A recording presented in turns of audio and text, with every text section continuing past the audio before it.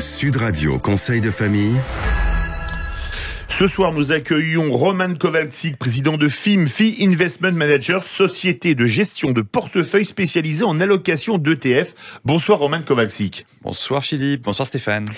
Alors la semaine dernière, vous évoquiez la banque californienne, la Silicon Valley Bank, qui a fait faillite la semaine passée. Qu'est-ce qui s'est passé ? Alors, c'est tout d'abord la 15e banque américaine qui a fait faillite et donc est placée sous la loi Chapter 11. C'est quoi ?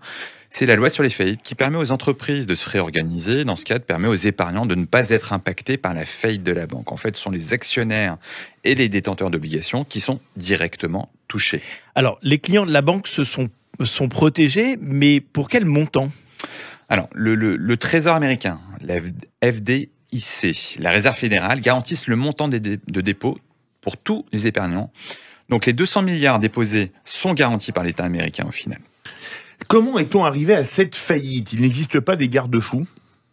En fait, la crise des subprimes de 2008 a obligé le gouvernement américain de l'époque à réguler les banques. Sous l'ère Trump, les règles ont été assouplies. Les banques, notamment régionales, elles ont pu réinvestir l'équivalent d'une partie de leurs dépôts dans des bons du Trésor à 5 ans, 10 ans ou 20 ans. C'est exactement ce qu'a fait la Silicon Valley. Sauf que, en cas de remontée des taux, le prix de marché des bons du Trésor, il baisse. Et on a assisté à un bank run, c'est-à-dire un retrait massif des dépôts, ce qui a obligé la Silicon Valley Bank à revendre ses obligations. Exactement. En fait, la banque, non seulement elle a dû vendre à perte, mais vous savez qu'elle a vendu à perte son portefeuille obligataire à Goldman Sachs. Incroyable, ils sont dans tous les bons coups, ceux-là. Ouais. Alors, on comprend bien les mauvais placements liés à la réglementation, mais est-ce qu'il y a eu d'autres dysfonctionnements ? C'est un roman, ce truc. Complètement. Il y a eu plusieurs dysfonctionnements. Tout d'abord, le directeur financier, c'était l'ancien directeur financier de Lehman Brothers, et le président de la banque, de la Silicon Valley Bank, ont revendu plusieurs millions de dollars d'actions quelques semaines, mois avant la faillite. Ensuite, la banque n'avait pas de directeur des risques pendant 8 mois.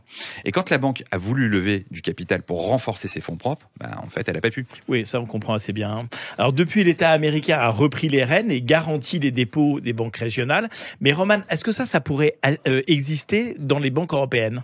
Alors c'est le cas actuellement, le Crédit Suisse fait l'actualité, mais pour d'autres raisons, et non en raison de la hausse des taux qui a fait l'objet d'un sauvetage. Les banques européennes, elles sont comment ? Elles sont plus diversifiées en termes d'activité, elles font du dépôt, de l'investissement, de la transformation, du conseil, elles sont bien capitalisées et il n'y a pas eu d'assouplissement de règles.